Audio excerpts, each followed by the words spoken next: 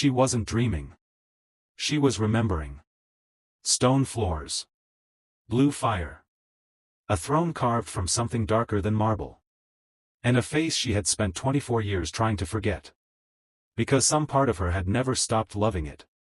Last time, he told her about the woman he lost 500 years ago. He didn't tell her everything. Because some truths don't survive being spoken out loud. They have to be lived. This is what happened to Lyra. This is what's still inside Elara.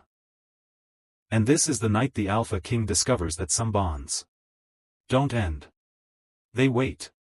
She didn't fall. Her body stayed upright on the bench. She was aware of that distantly, the way you were aware of things happening to someone else in a room you were watching from a distance. Hands pressed to her temples. Back curved. Breath coming in shallow pulls that weren't reaching anywhere useful. But inside.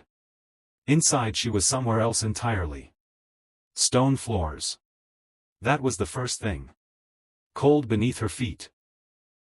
Bare feet, she noticed, which was strange because she was certain she'd been wearing shoes, spreading upward through her ankles, her calves, the backs of her knees. Not uncomfortable. Familiar. The cold of a place that had always been cold, that had never pretended to be anything warmer. Blue fire in the torches. Lining the walls on both sides, burning without smoke, casting light that moved like water rather than flame. She had dreamed this. She had drawn this on napkins at 6 in the morning and thrown them away because they scared her. But this was not a dream. Dreams had soft edges. Gaps in logic.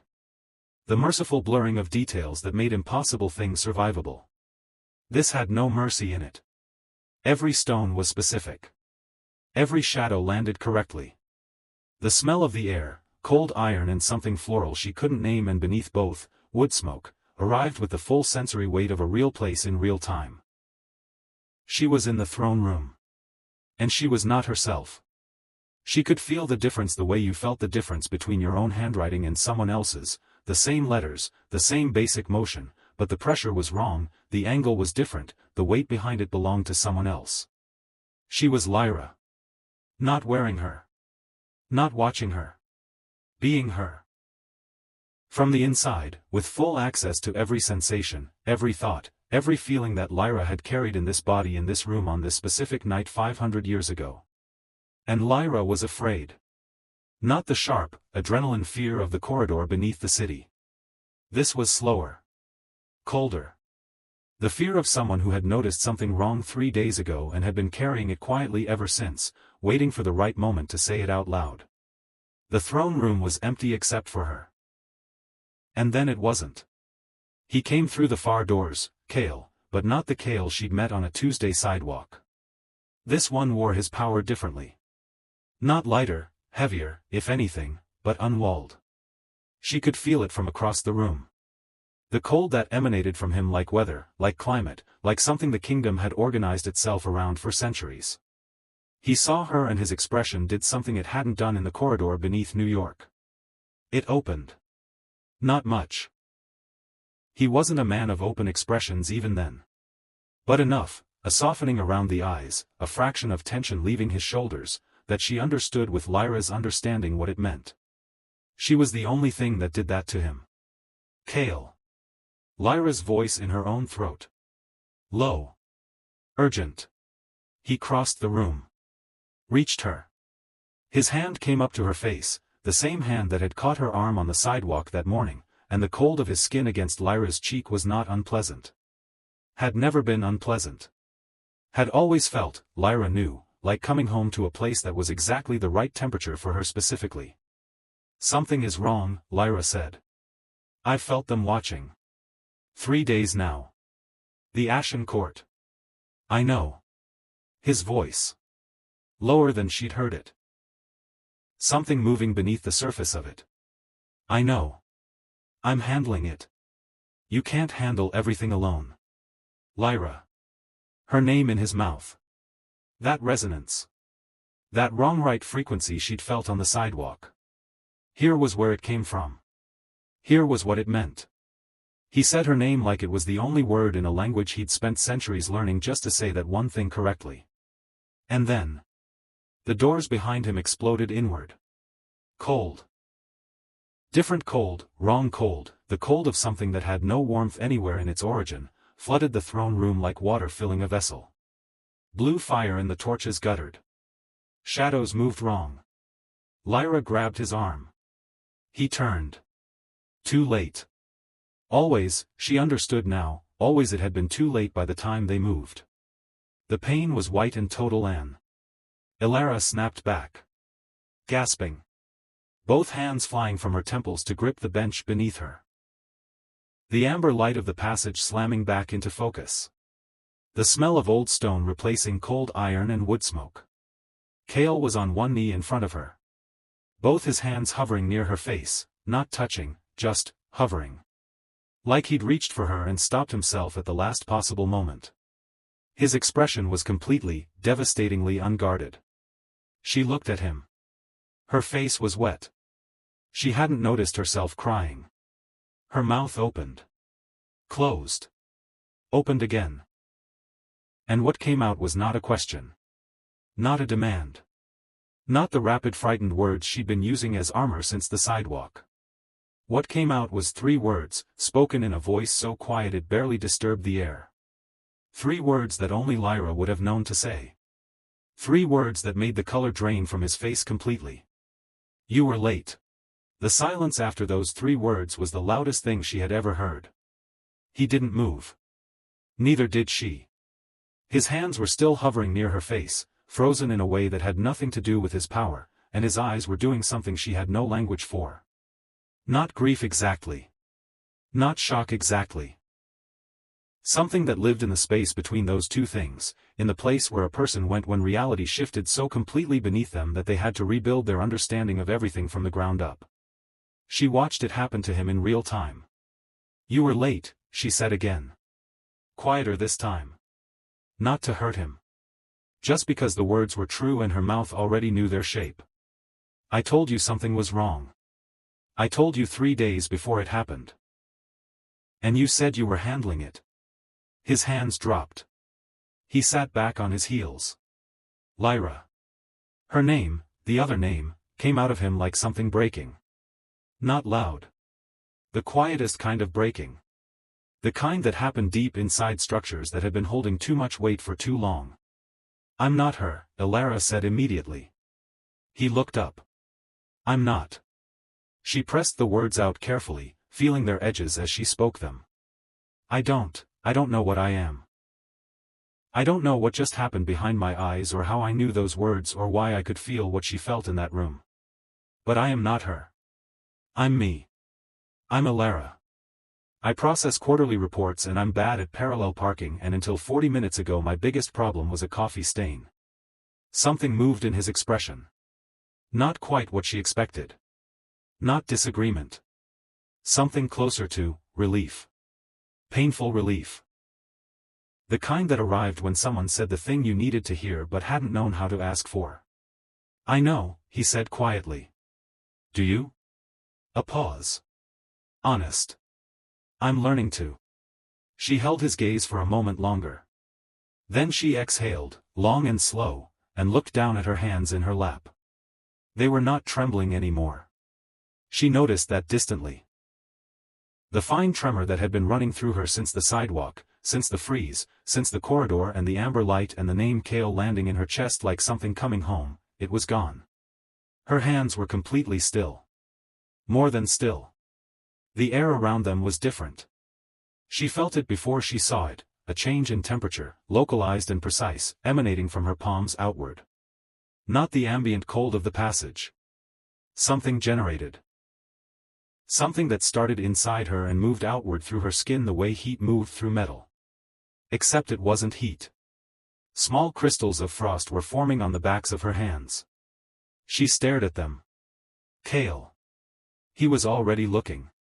His expression had shifted again, past the grief, past the relief, into something sharper. More alert. The look of someone recognizing something they had theorized but never expected to actually witness. How long has this been happening? He asked. It hasn't. She turned her hands over slowly. The frost moved with her, delicate, specific, following the lines of her knuckles like it knew the geography of her. I've never done anything like. She stopped. The frost on her window every morning. The cold that lived in her apartment that no landlord could explain. The way her coffee went cold faster than anyone else's. The way she ran warm in summer and never felt winter the way other people described feeling it. Not as enemy, but as something familiar, something that recognized her back. "Oh," she said softly. "It was suppressed," Cale said. His voice had shifted into something careful and deliberate, the way it shifted when he was managing his own reaction in real time. When a soul returns, when power transfers across, it doesn't always arrive fully formed. Sometimes it sleeps. Sometimes it needs a trigger, she said. He nodded once. She looked at her hands. The frost was spreading now. Slowly, delicately, moving up toward her wrists. Not painful. The opposite of painful. Like something that had been held at pressure behind a closed valve was finally, carefully, being released. She thought about Lyra in the throne room. The way the cold had felt beneath bare feet. Familiar. Correct. Like a temperature that had always belonged to her specifically. She raised one hand slowly. Focused on the feeling. The pressure behind it, the direction of it, the way it wanted to move outward. The frost on her palm pulled together. Condensed. And formed, in the center of her hand, a shape no larger than a coin. A perfect six-pointed crystal of ice. Burning cold and completely still and impossibly, heartbreakingly beautiful. She looked up at Cale. He was looking at the crystal in her palm with an expression she finally had a word for. Recognition. She could do that, Elara said quietly. Not a question. Yes, he said.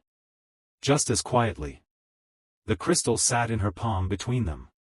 Cold and real and glittering in the amber light. And somewhere above them, through 2 floors of brick and old stone and the indifferent roar of a city that had no idea what was happening beneath it. A sound.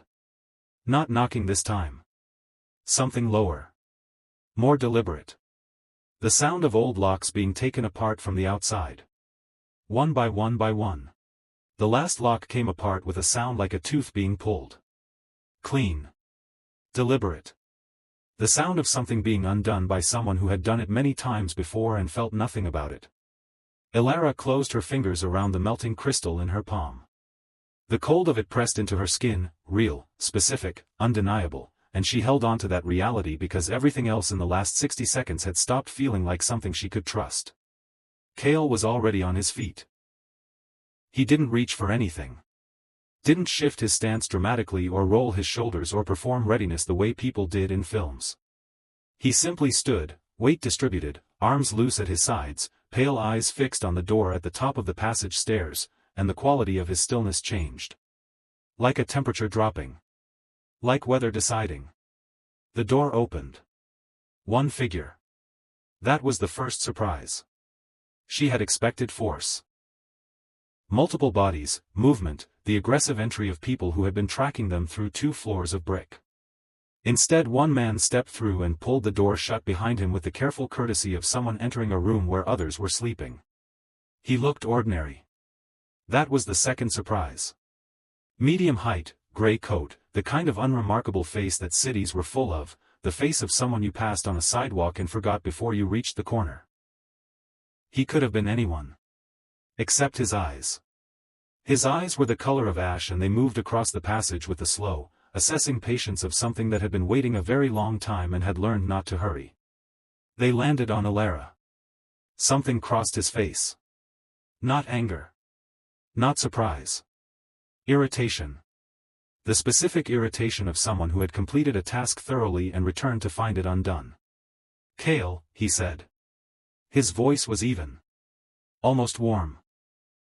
The voice of someone who had known the person he was addressing for longer than most civilizations had existed. You look exactly the same. Dorian.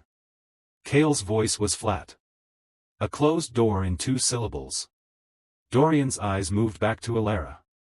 He studied her the way you studied a problem, not with malice, with calculation. She held herself very still under it. Her closed fist was cold at her side.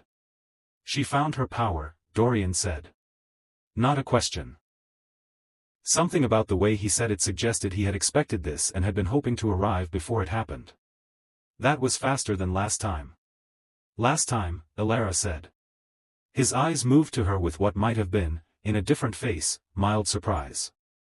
You speak, he said. Constantly, Kale said. Move away from the door, Dorian. I'm not here to fight you. Dorian clasped his hands in front of him. Patient. Unbothered by the cold radiating from Kale like a second presence in the room. I'm here to explain something you have misunderstood. Both of you. You killed her, Kale said. I did. No hesitation. No apology. The plain acknowledgement of someone who had made a decision and stood behind it. And I would do it again. Not because of what she was, because of what the bond between you created. What it would have become. His eyes moved back to Elara. What it will become again. If you allow it. He let that land. Then he continued, quieter. Almost conversational. She is not Lyra reborn, Kale. I need you to understand that before you make a decision you cannot reverse. What returned in this body? He nodded toward Elara, came back changed. The soul that left 500 years ago and the soul that woke up this morning are not the same thing. She is stronger. The power sleeping inside her is not what Lyra carried. A pause. It is what Lyra would have become. If she had lived. The amber light flickered. Which means, Dorian finished, the bond between you now would not simply make you stronger than you were before. His voice dropped to something almost gentle. It would make you unstoppable. And we cannot allow that. Silence. Then the door behind him opened again. 3 figures stepped through. Kale moved. No announcement. No warning. He crossed the space between himself and the nearest figure in less time than it took her to register he had moved, and the cold that came off him stopped being ambient and became directional, concentrated, a weapon with edges. The passage erupted. Elara pressed back against the wall. Her heart was slamming so hard she could feel it in her back teeth. She watched Kale move through the 4 of them with devastating economy, no wasted motion, no performance, just the precise, ancient violence of someone who had been doing this for 1,000 years. But there were 4 of them. And the space was wrong, too narrow, too enclosed. And she could see it happening, the way his angles were being cut off, the way 2 of them were working to push him back toward the far wall while the other 2 flanked. He took a hit. Dark energy, concentrated, landing on his left shoulder with a sound like ice fracturing. He didn't make a sound. Just absorbed it and kept moving. But she saw his left arm respond a half-second slower after that. She saw the coat darken where it had landed. He was losing ground. She looked down at her hands. The frost was still there. Sitting in her palms like it lived there. Like it had always lived there and had simply been waiting for her to stop pretending it didn't. She thought about Lyra's feet on cold stone floors. She thought about 24 years of frost on the inside of her window. She thought about Kale absorbing a hit in silence because he had placed himself between her and 4 ancient enemies without being asked and without hesitation and without making it mean anything out loud. She raised both hands. And let go of every instinct that told her to be careful. The temperature dropped. Not gradually. Not gently. 20 degrees in 4 seconds, she felt it leave her like breath, like pressure releasing, like something that had been held too long finally moving. Every surface in the passage crystallized simultaneously, walls sheeting white, floor going glassy, ceiling crackling with a thin skin of ice that caught the amber light and fractured it into something almost beautiful. 2 of the 4 figures lost their footing. Kale turned and looked at her. 1 second.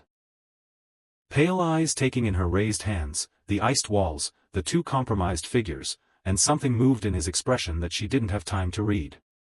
Then he turned back and used that second with ruthless precision. 30 seconds later they were moving, upstairs she hadn't known existed, through a door that opened onto a service alley, into the cold New York night that hit her face like a hand pressing flat. She bent forward, hands on her knees, pulling air in. The city roared around them, indifferent, continuous, enormous. Somewhere behind them, through brick and old stone, she could hear nothing. But she felt them. A pressure at the back of her neck. The sense of something old and patient recalibrating. She straightened. Turned to Kale. He was standing 3 feet away with his back to her, shoulders set, chin up, the posture of someone maintaining composure through deliberate architecture. But his left arm was wrong. The coat over his shoulder was dark and the darkness was spreading slowly and she could see, even in the dim alley light, that his breathing was slightly off. Controlled. Too controlled. "You're hurt," she said. "I'm fine. Your coat is burning." "It's not." She crossed the 3 feet between them and pressed her hand flat against his shoulder before he could finish the sentence. He went absolutely still. She felt the injury beneath her palm. Dark and hot and wrong in the way that had nothing to do with temperature, and something in her hand responded to it. The cold in her palm shifted. Changed character. Moved from the sharp outward pressure of the ice she'd made into something quieter. Something that moved inward instead of out. The darkness in his coat faded. Beneath her hand, the wrongness, the heat, the fracturing, smoothed. Silence. She lifted her hand slowly. The coat was unmarked. The darkness gone. His breathing had evened out. Both of them stared at her palm. Neither of them spoke. Because healing had never been Lyra's power. She had seen enough in that throne room to know what Lyra carried: ice, cold, stillness. The ability to match him. This was different. This was something that belonged to no one but her. From somewhere in the dark mouth of the alley behind them, unhurried, patient, traveling through the city noise like it had all the time in the world. Dorian's voice. "You see now." Calm. Certain. Almost kind in the way of someone delivering a verdict they have already accepted. "She is not who you think she is, Kale." A pause. The city kept roaring. "She is so much more." Another pause. "And that is exactly why she has to die." She didn't move. Neither did he. Dorian's voice had dissolved into the city noise, absorbed by cab horns and distant sirens and the indifferent breathing of 8 million lives that had no idea what was happening in this alley, but the words remained. Sitting in the cold air between them like something that had been nailed in place. "She is so much more. And that is exactly why she has to die." Elara lowered her hand slowly to her side. The warmth that had moved through her palm when she touched his shoulder, that quiet inward thing, so different from the sharp outward cold of the ice, was fading now. Leaving her fingers feeling hollow. Like something had passed through her and taken a small piece of her temperature with it. She looked at Kale. He was looking at her hand. "How did you do that?" he said. Not a question exactly. The voice of someone thinking out loud in a language they were still learning. "I don't know," she said honestly. Lyra couldn't. "I know." She had seen enough in the vision to understand that. "I know she couldn't." He looked up from her hand to her face. The alley light was poor, a single fixture above a service door 20 feet away, casting more shadow than illumination, but she could see his expression clearly enough. The grief was still there. It was always there, she was beginning to understand. Load-bearing and permanent. But something else was moving alongside it now. Something that didn't have a name yet. "We can't stay here," he said. "I know that too." She pulled her jacket tighter. The October night was sharper out here than it had been that morning, or maybe she was just more aware of temperature now, more attuned to the difference between cold that came from outside and cold that came from within. "But you are going to tell me what Dorian meant.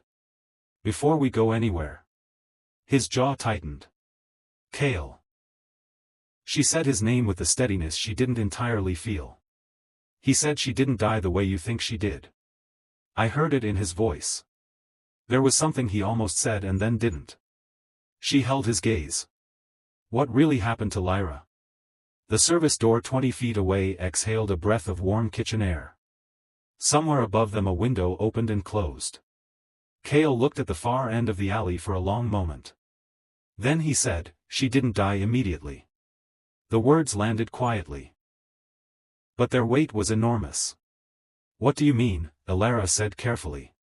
"What the Ashen Court did," he stopped. "Reorganized. The careful stone placement of a man choosing words with the precision of someone who had been over this terrain many times in his own mind and knew exactly where the unstable ground was. It wasn't a single action. It was a process. They couldn't kill her directly, a bonded mate carries pack protection. And direct attack would have reflected back. His voice was even. Too even. So they did something else. Elara waited. They poisoned the bond, he said. Slowly. Over months. Something that worked through the connection between us, that used our bond as the pathway. A muscle worked in his jaw. I was the one who, he stopped again. Longer this time. She understood before he finished. You were the one who, she heard her own voice change. The poison traveled through you. I didn't know. The words came out stripped of everything. No defense in them. No self-protection. Just the bare fact, placed in the air between them with the honesty of someone who had been carrying it alone for 5 centuries. By the time I understood what was happening she was already. He didn't finish. He didn't need to. Elara stood very still in the October alley and absorbed what he had just told her. That the Ashen Court hadn't simply taken Lyra. They had used him to do it. Had turned the bond. The thing that was supposed to be the source of his strength, the thing that made a king more than just powerful, into the weapon that destroyed the one person it was meant to protect. That was why he had come to this city to forget. Not just because she was gone. Because of how she was gone. Because every time he thought about their bond he had to think about what it had been used for. They wanted you to know, Elara said quietly. Afterward. They wanted you to know it was you. He said nothing. Which was its own answer. She looked at him, this 1,000-year-old king standing in a New York service alley with his hands at his sides and 5 centuries of that particular knowledge in his eyes, and felt something move through her chest that was not Lyra's feeling. It was hers. Entirely hers. The specific ache of watching someone carry something that was never theirs to carry. Something that had been placed on them deliberately, with precision, by people who understood exactly how much it would cost. It wasn't your fault, she said. His expression didn't change. Kale. She took one step toward him. It wasn't. Don't. The word was quiet. Not harsh. The voice of someone who had heard this before, from themselves, in the long empty centuries, and had never once been able to make it land. You don't have to. I'm not doing it for you, she said. He looked at her. I'm doing it because it's true, she said. And because someone should have said it a long time ago and meant it. The alley was very quiet between them. She was close enough now to see his breathing. Steady. Controlled. The breathing of someone maintaining something with considerable effort. His eyes dropped to her sternum. Where her hand had pressed flat, again, without her noticing, right over the warmth that had lived there since the sidewalk collision that morning.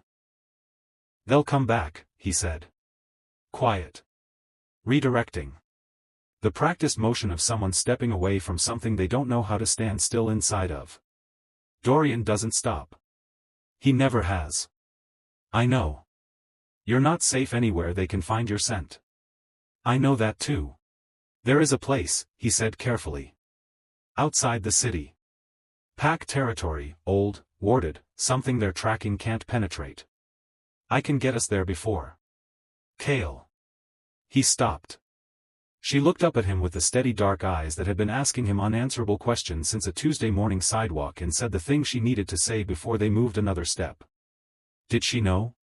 Her voice was very quiet. Lyra. Before they took her. She held his gaze. Did she know how much you loved her? The alley went completely still. His face did something she had no words for. His pale eyes, ancient and exhausted and grief-hollowed and carrying 5 centuries of that particular knowledge, did something she had never seen them do. They filled. He didn't let it fall. But it was there, pressure and shine and the specific devastation of someone who had just been asked the one question they had spent 500 years hoping no one would ever ask. Because the answer was the thing that had been eating him alive since the day he lost her. His mouth opened. Closed. Opened again. And from somewhere at the far end of the alley, closer than before, patient as something that had never learned urgency because it had never needed to. A sound. Soft. Rhythmic. Footsteps. More than one set. Coming closer. The footsteps didn't hurry. That was the most frightening thing about them. No urgency. No aggression in the rhythm. Just the steady, patient advance of something that had already decided how this ended and was simply closing the distance between decision and execution. For shadows at the mouth of the alley. Dorian in the center. Cale turned to face them with his back to her. That same motion he'd made in the passage, automatic and absolute, placing himself between her and whatever was coming without discussion or hesitation. She grabbed his arm. "Don't," she said. "Not alone." He looked at her hand on his arm. Then at her face. "Elara. You said 4 minutes on that sidewalk." Her voice was shaking but her grip wasn't. "You said they wouldn't remember. You said we had time." She held his gaze.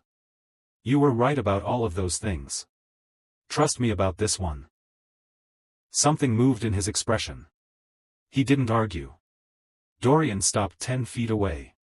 The 3 figures behind him fanned out slowly, blocking the alley exits with the practiced geometry of people who had done this before and understood that patience was its own kind of violence.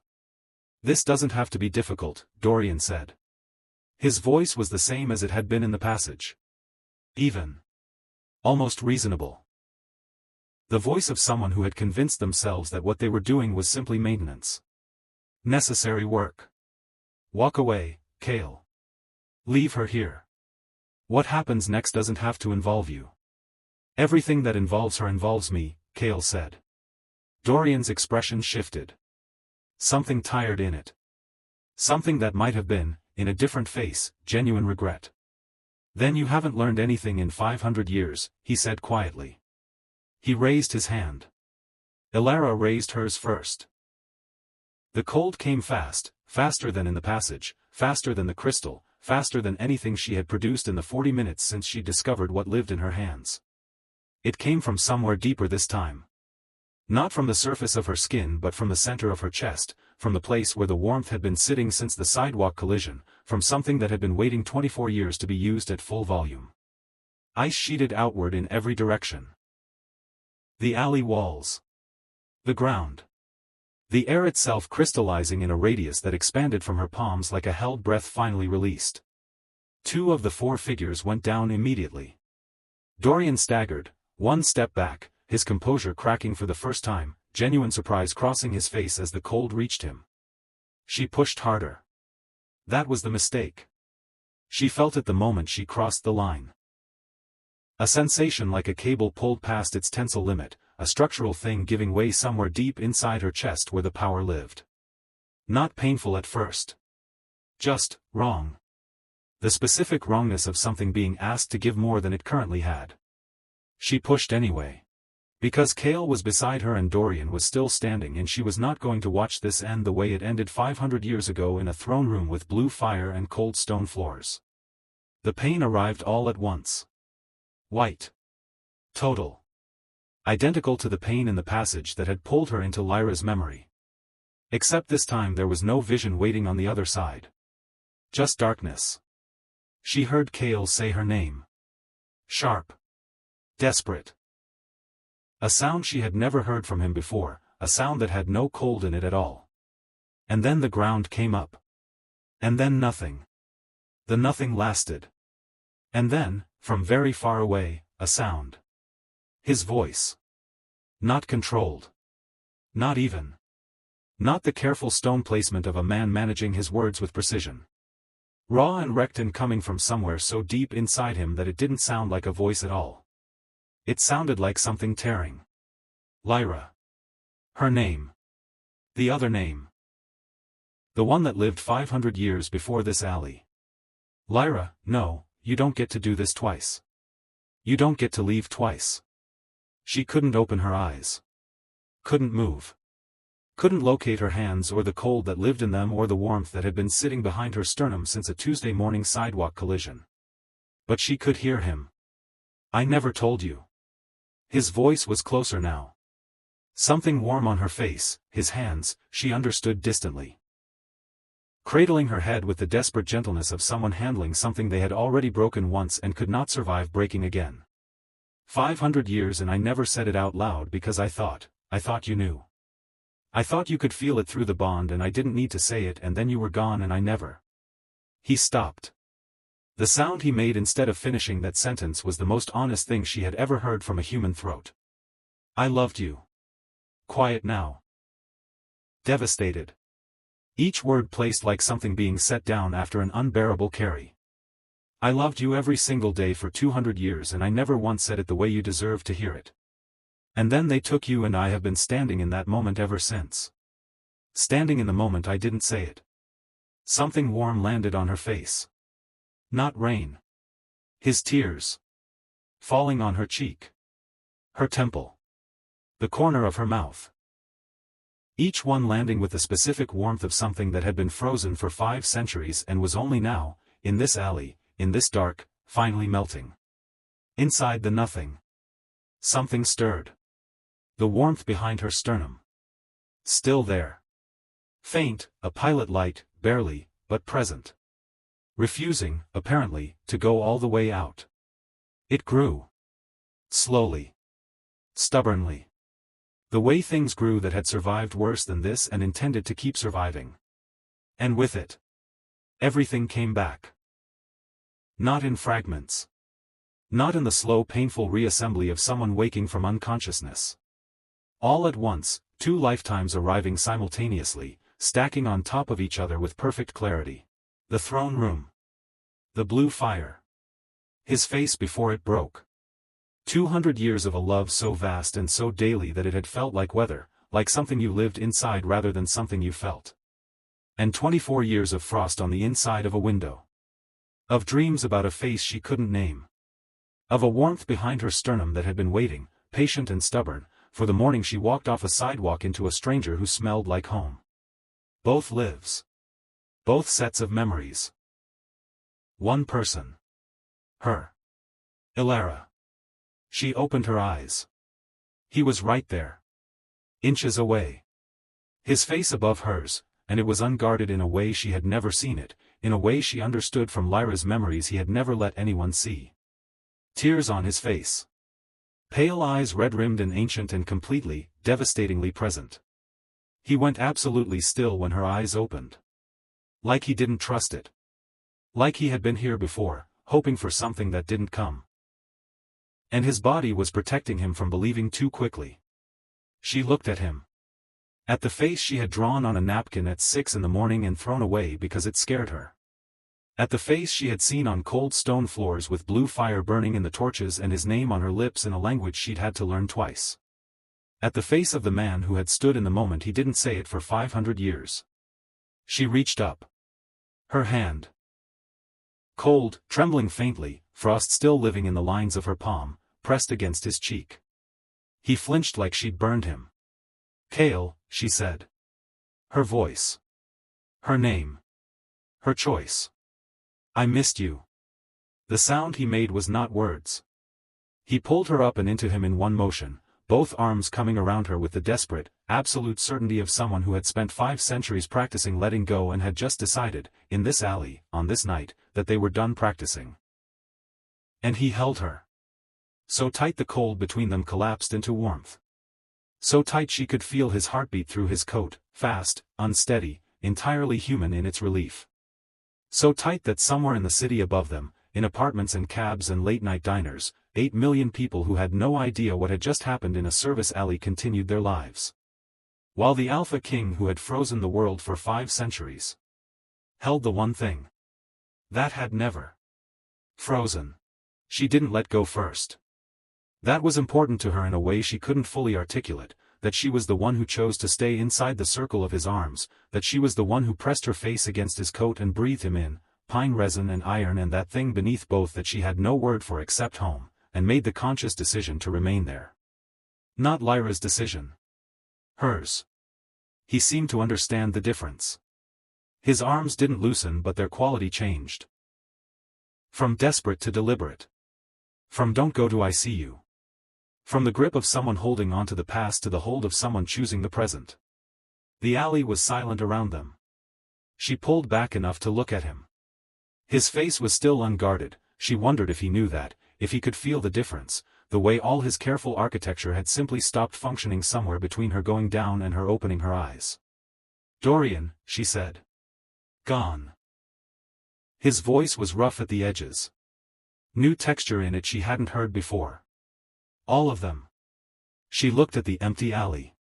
No shadows. No footsteps. Just brick walls sheeted in her ice, already beginning to melt in the October air, running in thin rivers toward the drain at the center of the alley floor. "You froze them?" she asked. No, a pause. Something in his expression that wasn't quite satisfaction. "I didn't freeze them." She understood from his tone that whatever he had done was permanent in a way the freeze was not.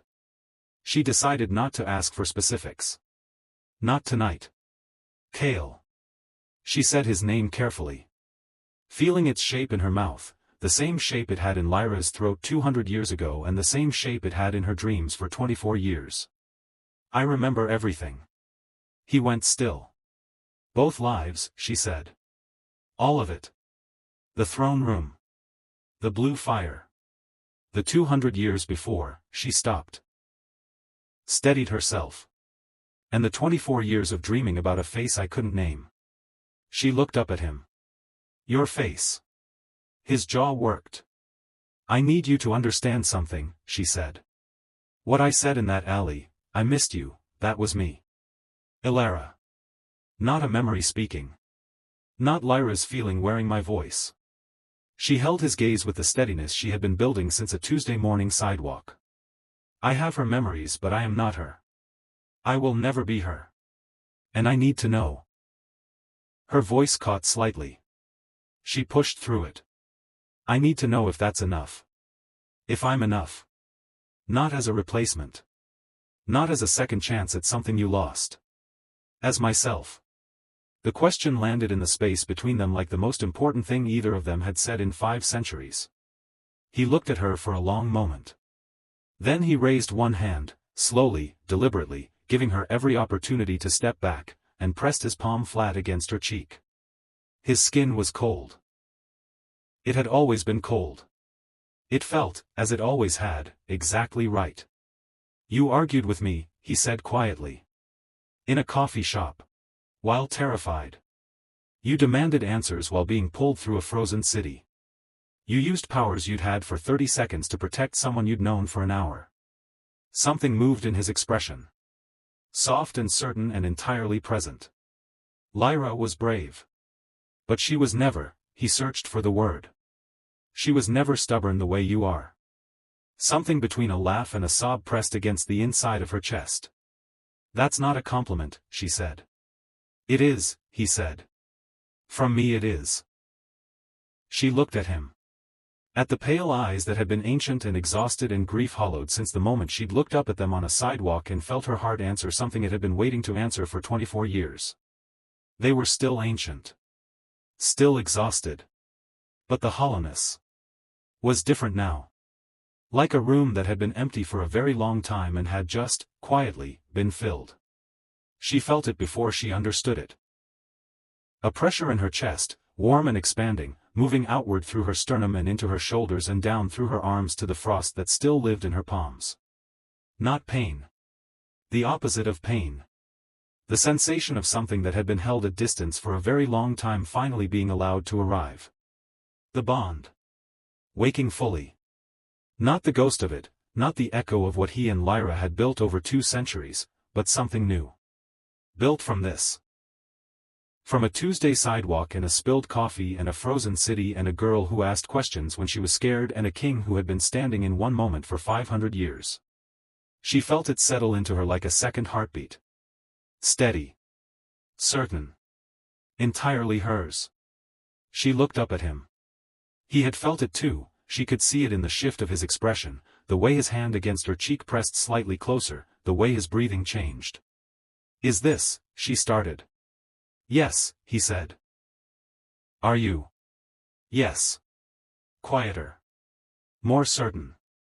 The voice of someone who had just set down something very heavy and was still adjusting to the absence of its weight. She exhaled. He leaned his forehead down against hers.